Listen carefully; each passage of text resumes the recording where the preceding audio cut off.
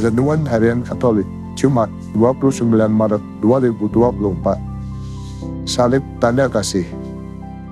Sambil memikul salibnya, Yesus dibawa ke luar kota, ke tempat yang bernama Tengkorak, dalam bahasa Ibrani Golgota. Di situ Yesus disalibkan, dan bersama dengan dia disalibkan juga dua orang lain, sebelah menyebelah, Yesus di tengah-tengah. Yohanes bab 19 ayat 17-18.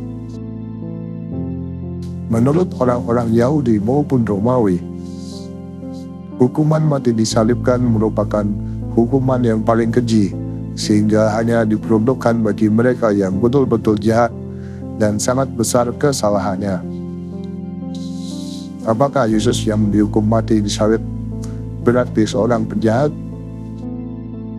Hari ini seluruh gereja mengenangkan kasih terbesar Tuhan Yesus yang menyerahkan hidupnya mati disalib bagi keselamatan kita semua. Marilah kita mengenangkan kasih-Nya yang begitu besar, yang rela mengorbankan hidupnya wafat di kayu salib bagi kita.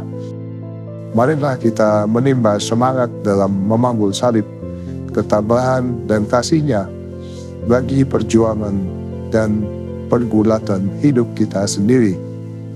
Renungan kisah sengsara diawali dengan Tuhan Yesus ditangkap di Taman Getsemani, dan selanjutnya dia dibawa ke depan Anas, Imam Agung. Oleh karena ia tidak dapat memutuskan, maka Yesus kemudian dibawa ke hadapan Pilatus. Tetapi Pilatus tidak menemukan kesalahan apapun dalam diri Yesus. Namun orang-orang Yahudi yang disponsori oleh para penatua dan ahli Taurat berteriak untuk menyalibkan Yesus. Akhirnya Yesus harus menerima pengadilan yang tidak adil. Ia tidak bersalah, tetapi ia dihukum mati. Peristiwa salib adalah peristiwa Tuhan ditinggikan, dan saat dia memandang manusia dengan penuh belas kasih dan kerahiman. Dalam ibadat Jumat Agung, dinyanyikan kisah sengsara Tuhan Yesus yang menjadi puncak karya keselamatan Allah. Saat yang dikatakan Yesus dalam pesta perkawinan di Kana di Galilea, "Saatku belum tiba." Saat itu adalah saat anak manusia ditinggikan di kayu salib. Peristiwa sedih adalah puncak jalan salib Tuhan Yesus. Peristiwa sedih adalah peristiwa Tuhan turun menjadi manusia, dari manusia turun menjadi hamba, dari hamba menjadi korban di kayu salib. Kita dapat belajar dari sikap Yesus menghadapi penderitaan di salib. Kita dapat menimba semangatnya dalam memanggul salib. Ia tabah menghadapi salib itu. Bagaimana ia dari puncak salib mengampuni mereka yang menyalibkan dan menghinanya. "Ya Bapa, ampunilah mereka, karena mereka tidak tahu yang mereka lakukan."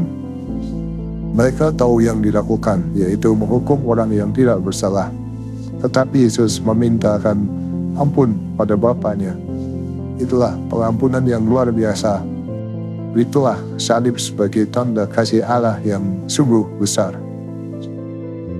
Untuk memperoleh kemuliaannya, Yesus harus menjalani jalan salib.